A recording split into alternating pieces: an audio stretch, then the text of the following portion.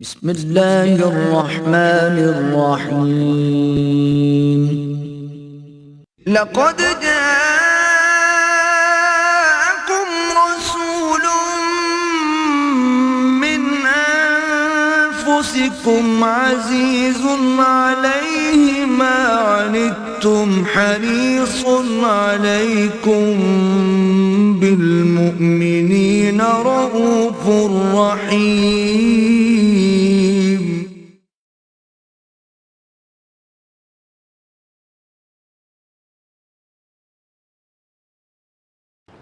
نحمده ونصلي على رسوله الكريم. اما بعد فقد قال الله تبارك وتعالى كما ورد في سورة لقمان: اعوذ بالله من الشیطان الرجیم، بسم اللہ الرحمن الرحیم. وَلَقَدْ آتَيْنَا لُقْمَانَ الْحِكْمَةَ أَنِ اشْكُرْ لِلَّهِ وَمَنْ يَشْكُرْ فَإِنَّمَا يَشْكُرُ لِنَفْسِهِ وَمَنْ كَفَرَ فَإِنَّ اللَّهَ غَنِيٌّ حَمِيدٌ. وقال تبارك وتعالى كما ورد في سورة العنكبوت: ومن جاهد فإنما يجاهد لنفسه إن الله لغني عن العالمين. صدق الله العظيم. وعن أبي ذر الغفاري رضي الله عنه عن النبي صلى الله عليه وسلم يرويه عن ربه عز وجل أنه قال: يا عبادي إني حرمت الظلم على نفسي وجعلته بينكم محرما فلا تظالموا. يا عبادي كلكم ضال إلا من هديته فاستهدوني أهدكم. يا عبادي كلكم جائع إلا من أطعمته فاستطعموني أطعمكم. يا عبادي كلكم عار إلا من كسوته فاستكسوني أكسكم. يا عبادي إنكم تخطئون بالليل والنهار وأنا أغفر الذنوب جميعا فاستغفروني أغفر لكم. يا عبادي إنكم لن تبلغوا ضري فتضروني ولا تبلغوا نفعي فتنفعوني. يا عبادي لو أن أولكم وآخركم وإنسكم وجنكم كانوا على أتقى قلب رجل واحد منكم ما زاد ذلك في ملكي شيئا. يا عبادي لو أن أولكم وآخركم وإنسكم وجنكم كانوا على أفجر قلب رجل واحد منكم ما نقص ذلك من ملكي شيئا. يا عبادي لو أن أولكم وآخركم وإنسكم وجنكم قاموا في صعيد واحد فسألوني فأعطيت كل إنسان مسألته ما نقص ذلك مما عندي إلا كما ينقص المخيط إذا أدخل البحر. يا عبادي إنما هي أعمالكم أحصيها لكم ثم أوفيكم إياها فمن وجد خيرا فليحمد الله ومن وجد غير ذلك فلا يلومن إلا نفسه. رواہ مسلم رحمہ اللہ. رب اشرح لي صدری ويسر لي امری واحلل عقدۃ من لسانی یفقہوا قولی. اللہم ربنا الہمنا رشدنا واعذنا من شرور انفسنا. اللہم ارنا الحق حقا وارزقنا اتباعہ وارنا الباطل باطلا وارزقنا اجتنابہ. آمین یا رب العالمین. یہ جو طویل حدیث ابھی میں نے آپ کو سنائی ہے اور یہ حدیث قدسی ہے. حضرت ابو ذر رضی اللہ تعالی عنہ جن کے بارے میں حضور کا یہ قول نوٹ کر لیجئے: من کان یسرہ ان ینظر الی زہد عیسیٰ فلینظر الی صاحب ابی ذر رضی اللہ تعالی عنہ. جس شخص کی یہ خواہش ہو کہ وہ اپنی آنکھوں سے حضرت عیسیٰ علیہ السلام کے زہد کا مشاہدہ کر دے، وہ کتنے زاہد تھے۔ تو اسے چاہیے میرے اس دوست ابو ذر کو دیکھ لے، یعنی ان کا زہد وہ حضرت عیسیٰ علیہ السلام کے درجے کو پہنچا ہوا تھا۔ وہ راوی ہیں اور وہ حضور سے روایت کر رہے ہیں، جس میں کہ حضور نے فرمایا کہ اللہ تعالیٰ یہ ارشاد فرماتا ہے۔ یہ طویل حدیث اور اس میں جو کیفیت ہے وہ آپ نے محسوس کی ہوگی جب میں نے اس کو پڑھا ہے، کس انداز میں اللہ تعالیٰ اپنے بندوں سے خطاب کر رہا ہے، بڑے محبت بھرے انداز میں، بڑی شفقت بھرے انداز میں۔ آپ غور کریں گے تو اصل میں یہ پوری حدیث اللہ تعالیٰ کے اسماء حسنیٰ میں سے جو ایک اسم مبارک ہے اس کی تشریح اور وضاحت ہے۔ وہ اسم ہے الغنی۔ اللہ تعالیٰ ہر شے سے غنی ہے۔ غنی کا ترجمہ جو ہے وہ کبھی کبھی بے پرواہ بھی کر دیا جاتا ہے، لیکن یہ بے پرواہ کا لفظ جو ہے یہ کئی معنوں میں استعمال ہو جاتا ہے۔ بے نیاز، اسے کسی کی کوئی احتیاج نہیں، کسی کی نہ کوئی بڑی احتیاج ہے، نہ کوئی چھوٹی سی چھوٹی احتیاج ہے۔ وہ الغنی ہے، بے نیاز ہے ہر شے سے۔ اس کی اصل میں وضاحت کی جا رہی ہے۔ اللہ تعالیٰ کا یہ نام بہت مرتبہ آیا ہے قرآن مجید میں، غنی حمید، جیسا کہ سورہ لقمان کی آیت میں آیا ہے، یہ 3 مرتبہ آیا ہے۔ وہ غنی بھی ہے اور حمید بھی ہے، محمود بھی ہے از خود، کوئی اس کی حمد کرے نہ کرے، اس کی حمد خود ہو رہی ہے پوری کائنات میں۔ وَإِن مِّن شَيْءٍ إِلَّا يُسَبِّحُ بِحَمْدِهِ وَلَٰكِن لَّا تَفْقَهُونَ تَسْبِيحَهُمْ۔ اس کائنات میں کوئی شے نہیں ہے جو اللہ کی تسبیح و تحمید نہ کر رہی ہو، لیکن تم ان کی تسبیح کو سمجھ نہیں سکتے۔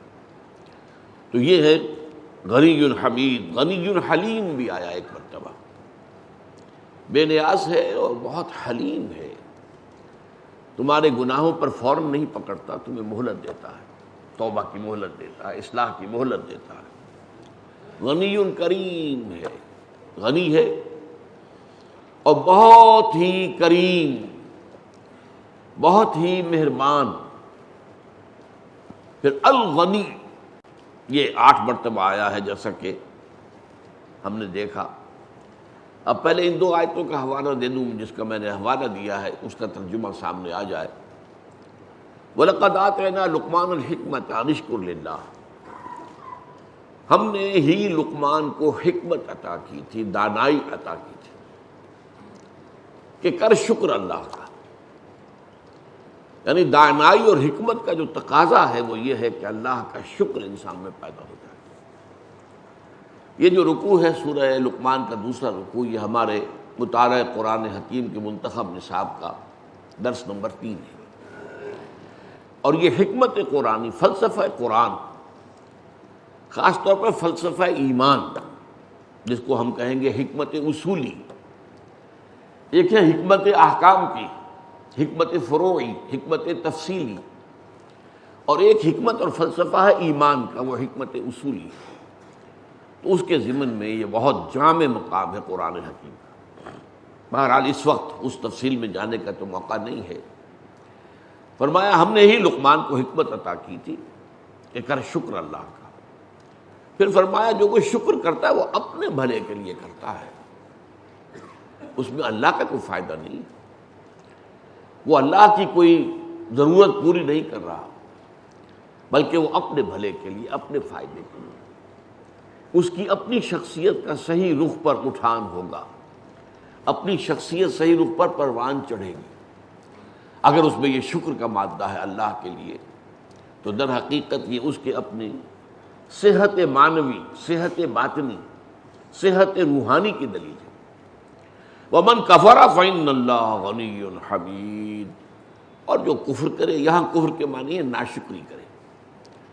ہم اردو میں بھی بولتے ہیں کفران نعمت، اس لیے کہ لفظ کفر کا اصل مفہوم ہے کسی چیز کو چھپا دینا، اس لیے کفارہ کہتے ہیں۔ گناہ ہو گیا آپ سے، کوئی کفارہ آپ نے کیا تو وہ کفارہ جو ہے ڈھانپ لیتا ہے آپ کے گناہ کو، کفارہ۔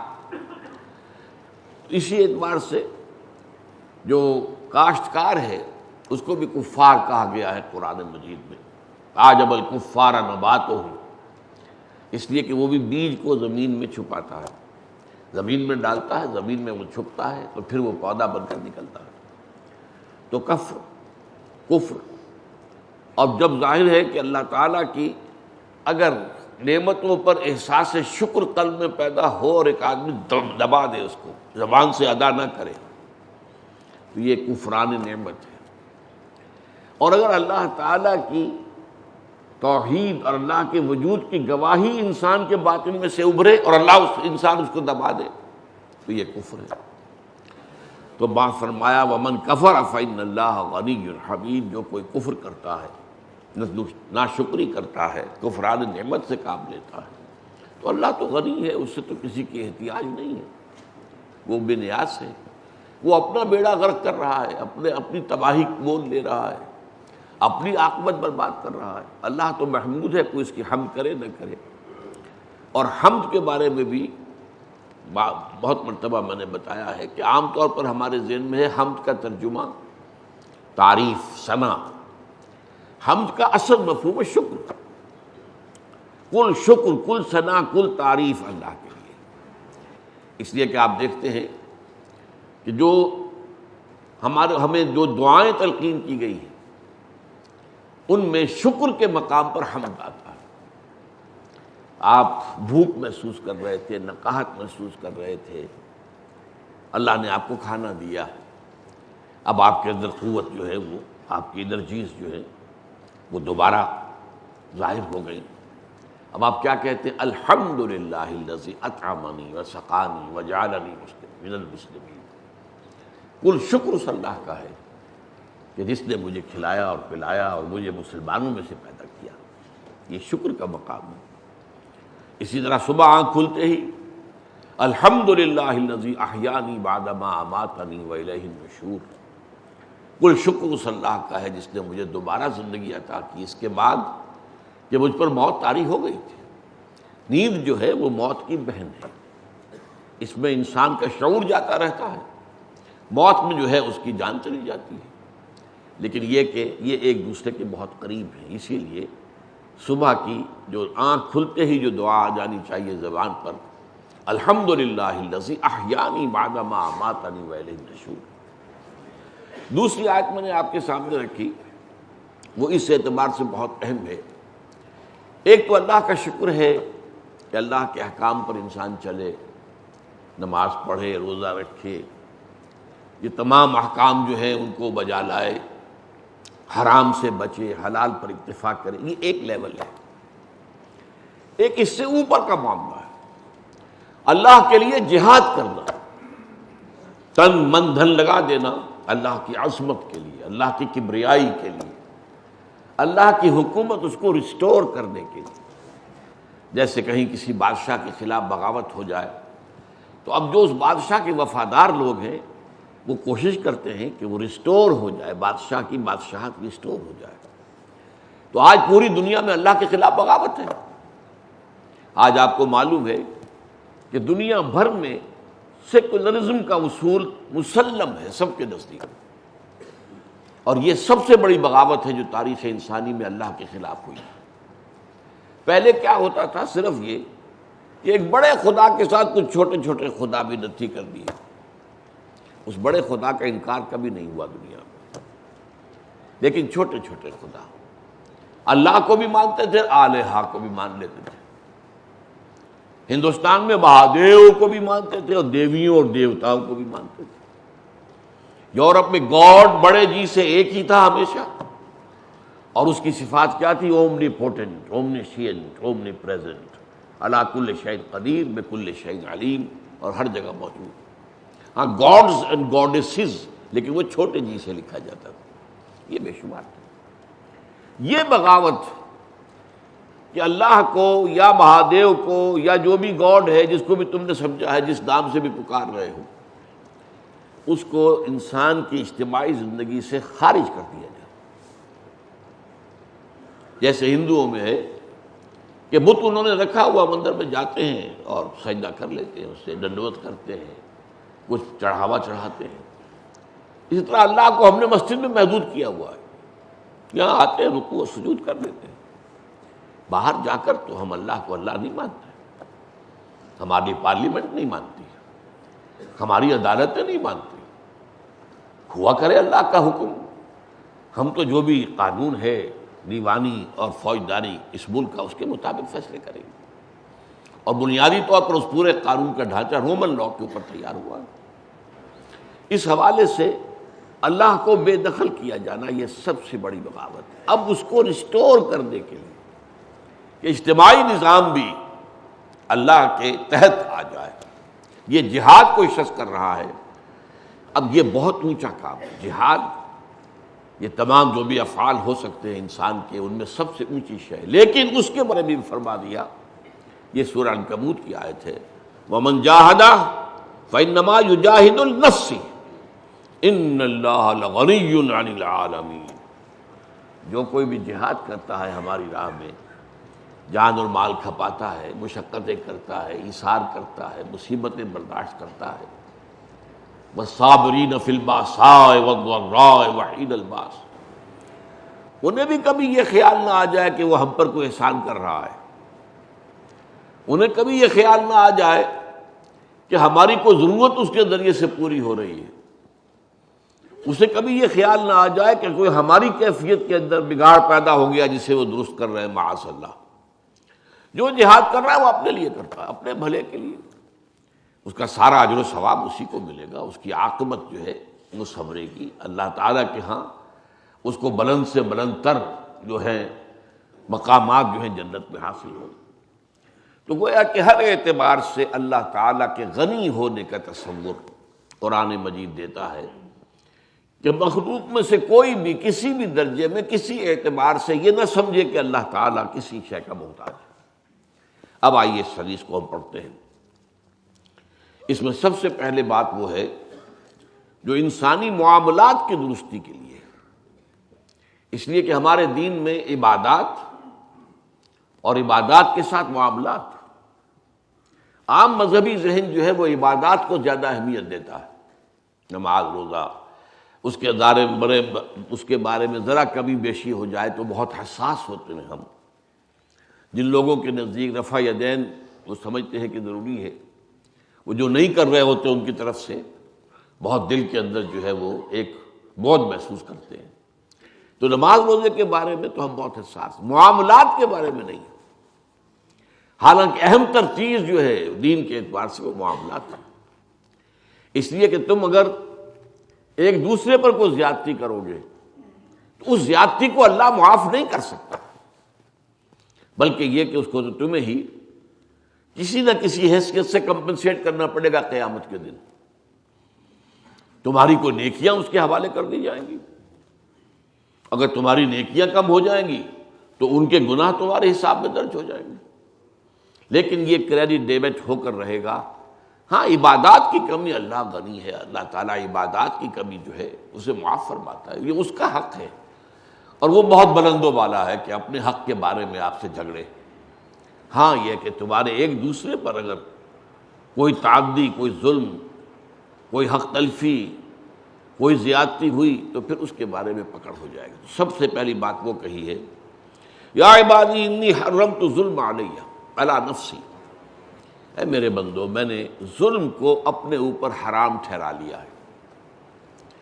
ظلم یہ بھی ہے کہ کسی کے اچھے عمل کا اس کو بدلہ نہ دیا جائے, یہ بھی ظلم ہے, حق تلفی ہے. اور ظلم یہ بھی ہے کہ کسی کو کسی ناکردہ جرم کی سزا دی جائے جو اس نے کیا ہی نہیں ہے, اس کو سزا دی جائے. دنیا میں تو ہوتا, لیکن اللہ تعالیٰ کی عدالت میں ظلم کا کوئی امکان نہیں ہوگا. انی حرمت الظلم علی نفسی وجعلتہ علیکم بینکم محرما, اور میں نے تم پر بھی آپس میں ظلم کو حرام کر دیا. کوئی کسی پر زیادتی نہ کرے.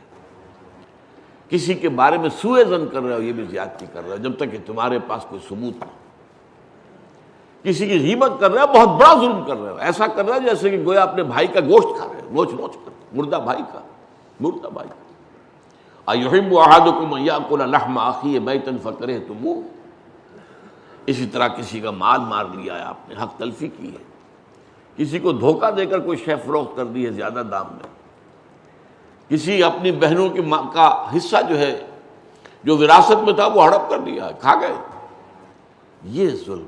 فلا تظالموا، دیکھو ظلم ایک دوسرے پر نہ کرو، اس لیے کہ میں نے اپنے اوپر بھی اپنی ذات پر بھی ظلم کو حرام کیا ہے اور تمہارے مابین بھی ظلم کو حرام ٹھہرایا ہے۔ اب اس کے بعد وہ اصل معاملہ جو میں نے کہا، الغنی یا عبادی کلکم ضال الا من ہدیتہ، تم میں سے ہر شخص گمراہ ہے سوائے اس کے جسے میں ہدایت دوں۔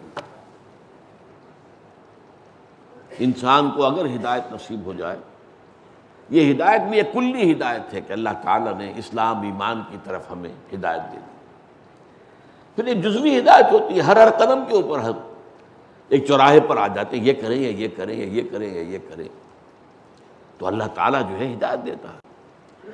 جہاں کہیں بھی محسوس ہو کہ ہدایت ملی ہے تو اللہ کے شکر کا کلمہ زبان سے نکلنا چاہیے، الحمدللہ الذی ہدانی لہذا وما کنت لأہتدی لولا ان ہدانی اللہ، کل شکر، کل ثنا، کل حمد، کل تعریف اس اللہ کے لیے ہے جس نے مجھے اس کی ہدایت بخشی، اور میں ہرگز ہدایت یافتہ نہ ہو سکتا اگر اللہ تعالیٰ ہدایت نہ دیتا۔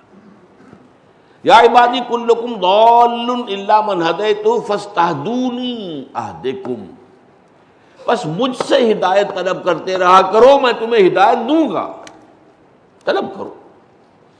یہی طلب ہدایت ہے جو سورہ فاتحہ کی اہدنا الصراط المستقیم۔ اب آپ کو معلوم ہے جو شخص یہ کہہ رہا ہے وہ اللہ سے واقف ہے، اللہ کی توحید سے، صفات سے، کہا جا سکتا ہے پھر اب اور کون سی ہدایت اسے چاہیے؟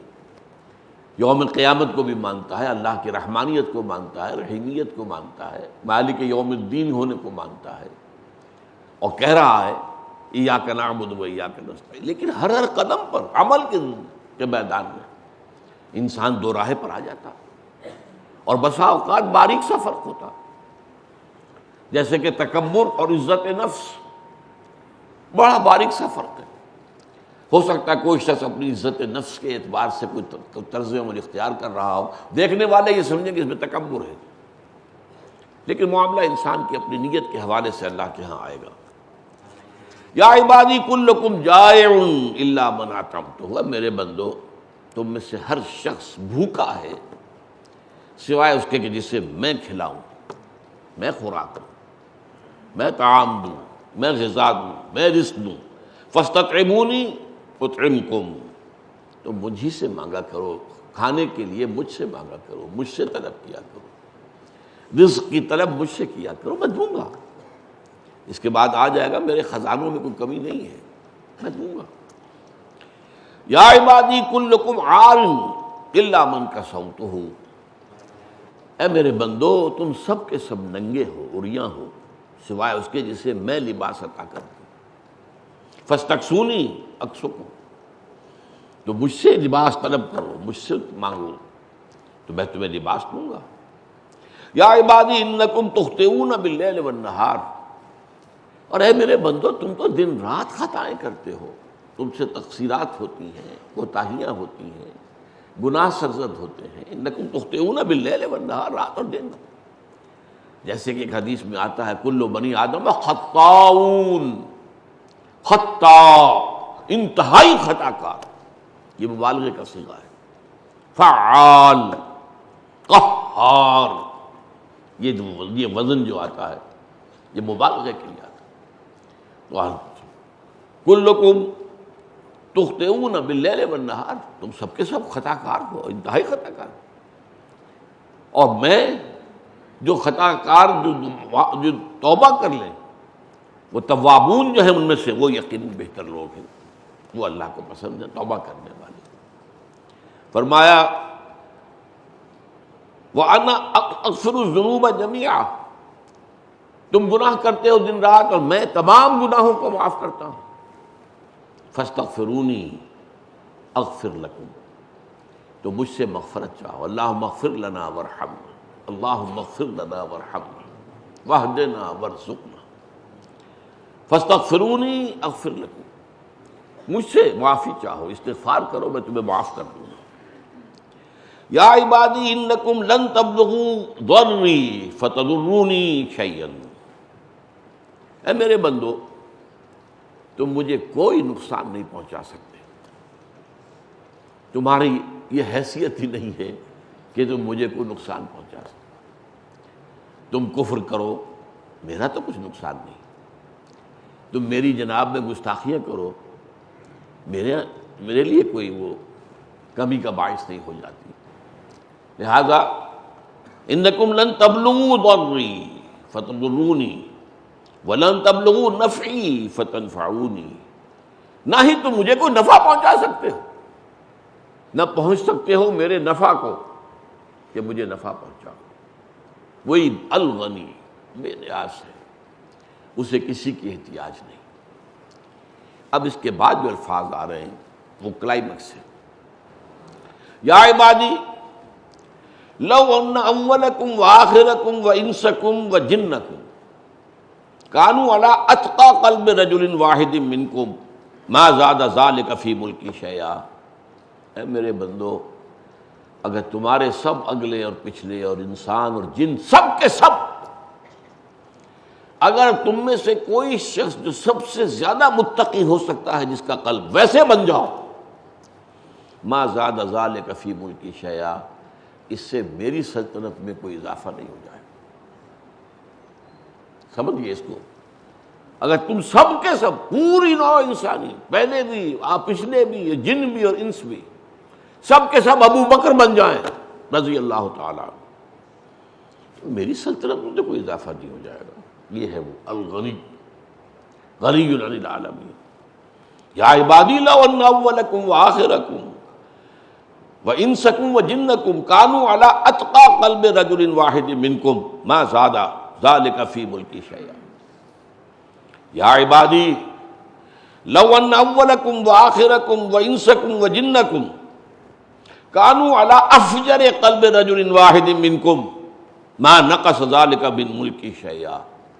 میرے بندو اگر تمہارے اگلے اور پچھلے اور تمام جن اور تمام انسان تم میں سے جو سب سے زیادہ فاجر دل والا ہو سکتا ہے، فاجر دل والا، ابو جہل ہو جائے یا شیطان لعین بن جائے، وہ عزازیل بن جائے، اس لیے کہ جنوں کا تذکرہ بھی تو ہو رہا ہے، چاہے جن ہوں چاہے انسان ہوں، اگلے ہوں یا پچھلے ہوں، اگر جو بدترین جو برے دل کا جو ان میں سے مالک ہو ویسے سب کے سب بن جائیں، ما نقص ذلک من ملکی شیئا، اس سے میری سلطنت میں کوئی کمی نہیں آئے گی۔ یا عبادی لو ان اولکم وآخرکم وانسکم وجنکم قاموا فی صعید واحد فسألونی، اگر تمہارے سب اگلے پچھلے جن انسان ایک میدان میں جمع ہو جائیں اور پھر ہر ایک مجھ سے سوال کرے، اپنی پہنچ کے مطابق سوال کرے گا نا، جتنا کسی کا ذہن ہے، جو اس کے اندر جس شے کی قدر سب سے بڑھ کر ہوگی وہی مانگے گا، جو مانگے گا۔ قاموا فی صعید واحد فسألونی فأعطیت کل انسان مسألتہ، اور پھر میں ان میں سے ہر ایک کو جو وہ مانگے دے دوں، ما نقص ذلک مما عندی، اس سے کوئی کمی واقع نہیں ہوگی ان خزانوں میں جو میرے پاس ہیں، الا کما ينقص المخيط اذا ادخل البحر، سوائے اس کے تمثیل جیسے اگر کسی سوئی کو دریا میں یا سمندر میں ڈبو کر نکال لیا جائے تو اس سے دریا یا سمندر میں کیا جو کمی واقع ہو سکتی ہے اس کا تصور کر لو، بس اس طرح کا کوئی معاملہ ہو سکتا ہے، میرے خزانوں میں کوئی کمی نہیں آتی۔ میں نے جیسا کہ ابتدا میں عرض کر دیا تھا، یہ وہ شان غنا ہے، استغنا۔ اللہ تعالیٰ اپنے مخلوقات سے بالکل بے نیاز ہے، اس کی کوئی احتیاج کسی نوع کی، چھوٹی سے چھوٹی بڑی سے بڑی، کسی مخلوق سے، مخلوق میں سے کسی سے، کسی انسان سے، کسی جن سے، کسی فرشتے سے منسلک نہیں ہے۔ اب آخری ٹکڑا آ رہا ہے، یا عبادی انما ہی اعمالکم احصیھا لکم، اے میرے بندو، اب یہ جو ہے اب قیامت کا تذکرہ ہو رہا ہے. اے میرے بندو دیکھو، یہ تمہارے اعمال ہیں جنہیں میں محفوظ کر کے رکھ رہا ہوں. ثم اوفیکم ایہا، پھر میں وہ سب تمہیں پورا پورا پورا ادا کروں. مجھے کسی سے دشمنی نہیں کہ اسے جہنم میں ڈالوں اپنی دشمنی کی وجہ سے. مجھے کوئی کیا نقصان پہنچا سکتا ہے کہ اس کی میں تلافی کروں اس کی کسی شے سے، یا اس کو جہنم میں جھونک کر. مجھے تو کوئی احتیاج نہیں. یہ تمہارے اپنے اعمال ہیں، ہاں اس کی میں گنتی کر رہا ہوں اور سیکھوں. وہ اعمال تمہارے محفوظ ہو رہے ہیں. وہ تو یہ فَمَن يَعْمَلْ مِثْقَالَ ذَرَّةٍ خَيْرًا يَرَهُ وَمَن يَعْمَلْ مِثْقَالَ ذَرَّةٍ شَرًّا يَرَهُ. جس کسی نے ذرے کے برابر بھی خیر کمایا ہوگا وہ سامنے موجود پائے گا، اور جس کسی نے بھی ذرے کے ہم وزن بدی کمائی ہوگی وہ اپنے سامنے موجود پائے گا. اور یہ ذرہ کسے کہتے ہیں آپ کو معلوم؟ آج کل تو خیر ہمارے ہاں تصورات میں ایٹم وغیرہ بھی آ جاتا ہے. پچھلے زمانے میں سب سے چھوٹی چیز جو انسان دیکھتا تھا وہ چیونٹیوں کے جو بچے نکلتے ہیں، چیونٹیوں کے بچے، یہ ذر ان کو کہتے تھے. یہ اصل میں یا عبادی انما ہی اعمالکم احصیھا لکم ثم اوفیکم ایہا. پھر یہ وہ چیزیں آ گئیں جو میں نے آیات کے حوالے سے پہلے آپ کے سامنے رکھی ہیں. فمن وجد خیرا فمن یعمل مثقال ذرۃ خیرا یرہ فمن وجد خیرا فلیحمد اللہ. تو جس کسی نے کوئی خیر پائے اپنے اعمال نامے میں، اس نے دیکھا کہ کوئی خیر جو ہے وہ درج ہے، اللہ کا شکر ادا کرے. اس لیے کہ بہرحال اس کی ہدایت تو اللہ نے دی تھی، اس کی توفیق تو اللہ نے دی تھی. فلیحمد اللہ. جیسے کہ ابھی میں نے آپ کو سنائی آیت، الحمدللہ الذی ہدانا لہذا وما کنا لنہتدی لولا ان ہدانا اللہ. یہ قرآن میں آئی ہے کیسے موقع پر؟ جب اہل جنت جنت میں داخل ہوں گے تو اب ان کے قلب کی گہرائیوں سے جو ترانہ حمد جو ہے وہ ابھر کر آئے گا، شکر کا. کیونکہ اہل ایمان دنیا میں تو ڈرتے رہتے ہیں، کانپتے رہتے ہیں. کسی کو اپنے عمل پر کوئی غرہ اور کوئی غرور اور کوئی اعتماد یہ نہیں ہوتا. عمل کے اوپر میں جس کا حساب لے لیا گیا وہ تو برباد ہو گیا. یہ تو حساب یسیر ہے جس کو اللہ نے چاہا، جس کا حساب بس سرسری طور پر دیکھ لیا. اگر کہیں ڈیٹیل کے اندر محاسبہ شروع ہو گیا تو کوئی شخص بھی شاید اللہ کے ہاں کامیاب نہ ہو سکے. یہاں تک کہ آپ کو بارہا میں نے وہ حدیث سنائی ہے، حضور نے فرمایا صلی اللہ علیہ وسلم، کوئی شخص بھی محض اپنے عمل کی بنیاد پر جنت میں داخل نہیں ہو سکے گا جب تک کہ اللہ کی رحمت اس کی دستگیری نہ فرمائے. اب کسی صحابی نے بڑی ہمت کی، جرأت کی، بہت ہی سمجھیے حوصلے کا کام تھا. پوچھ لیا حضور کیا آپ بھی؟ اس لیے کہ جو کیٹیگوریکل سٹیٹمنٹ، کوئی داخل نہیں ہو سکتا جنت میں محض اپنے اعمال کی بنیاد پر. کیا حضور آپ بھی؟ ہاں میں بھی. الا یتغمدنی ربی برحمتہ، اللہ یہ کہ میرا رب اپنی رحمت کی چادر سے مجھے اڑا دے، اپنی رحمت کی چادر سے مجھے ڈھانپ لے. اس کے بغیر میرا داخلہ بھی جنت میں نہیں ہو سکے. دین کی تعلیم تو یہ ہے، دین تو ہمیں یہ سکھاتا ہے، حضور نے ہمیں یہ سکھایا. اب ہمارے ذہنوں میں کیا کیا تصورات ہیں، کس کس درجے کے مغالطے ہوتے ہیں انبیاء رسول کی شانوں میں. یہ مغالطے اور یہ غلو عقیدت اور غلو محبت ہی تو ہے نا جس نے عیسیٰ کو خدا کا بیٹا بنوا دیا. یہ کیا چیز تھی؟ کوئی بدنیت ہی تو نہیں ہو سکتی.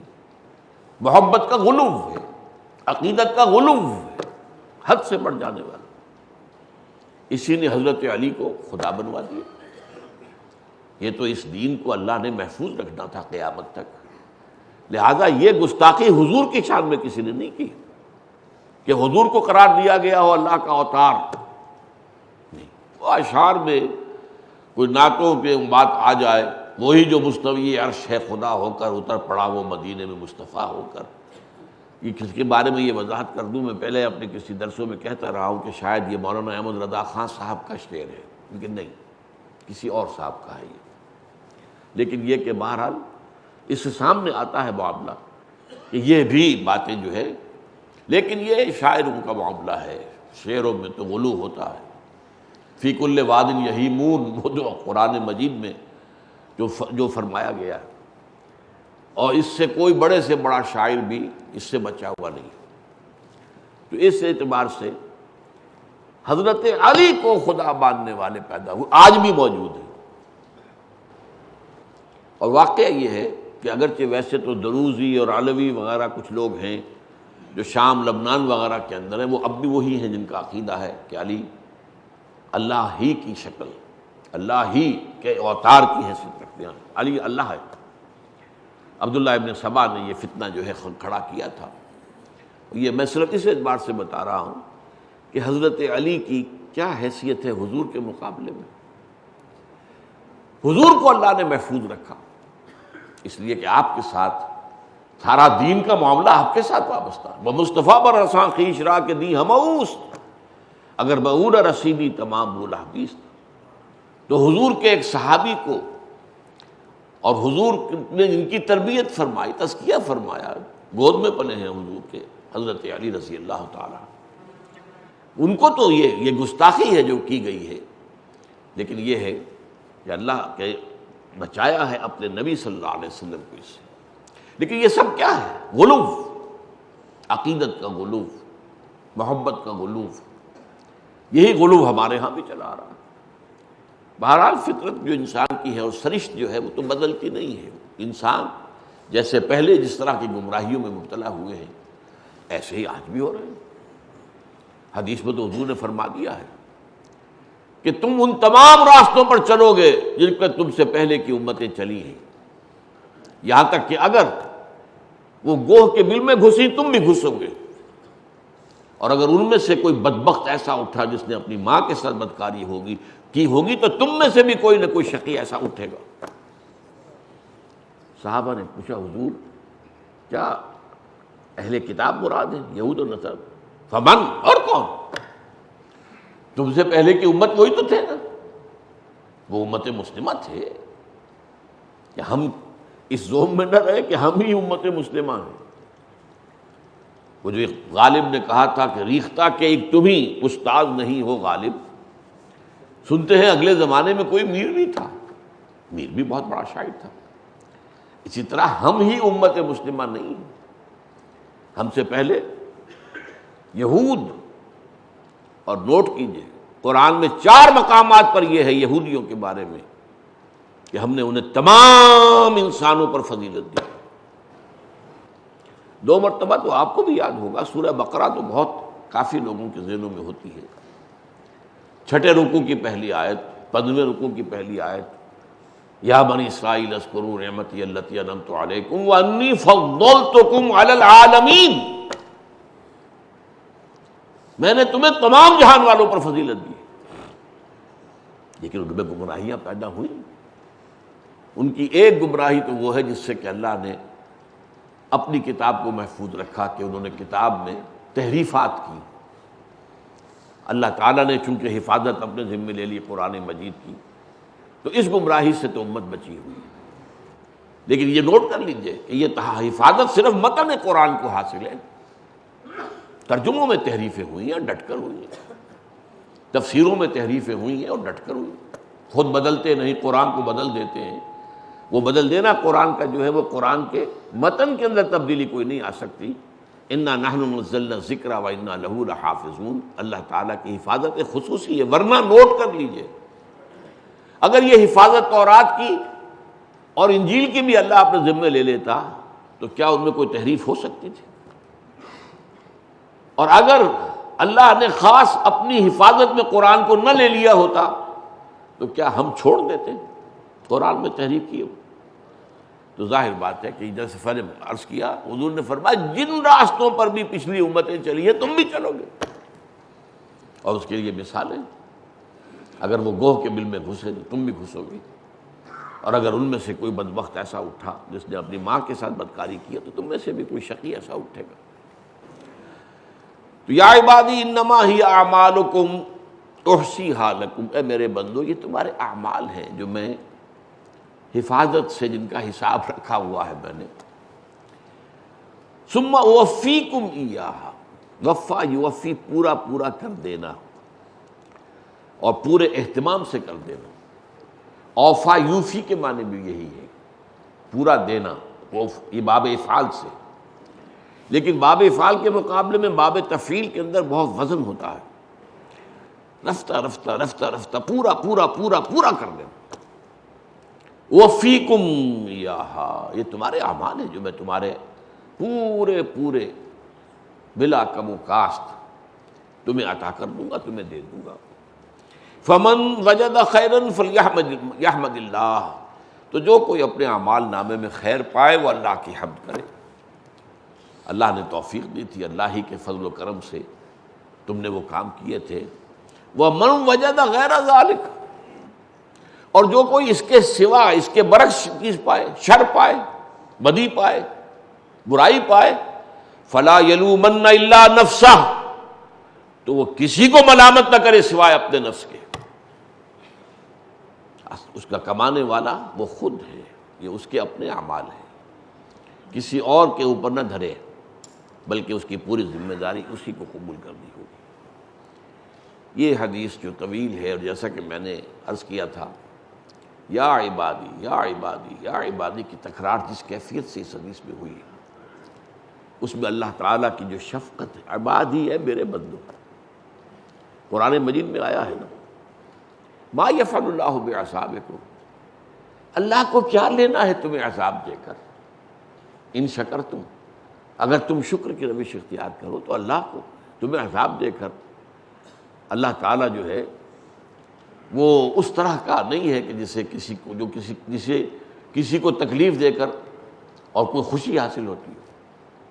ما یفعل اللہ بعذابکم، تو یہ تو تمہارے اعمال ہیں، اور یہ اعمال ہم نے حفاظت کے ساتھ گن کر رکھے ہوئے تھے، تمہارے سامنے حاضر ہیں۔ تو جو ان میں خیر پائے اللہ کی حمد کرے، اللہ کا شکر ادا کرے، اور جو اس میں شر پائے، اس کے سوا کوئی شے، خیر کے علاوہ، خیر کے سوا، خیر کے برعکس، تو وہ کسی کو ملامت نہ کرے سوائے اپنے نفس کے۔ فصلی اللہ تعالی علی خیر خلقہ محمد وبارک وسلم تسلیما کثیرا کثیرا۔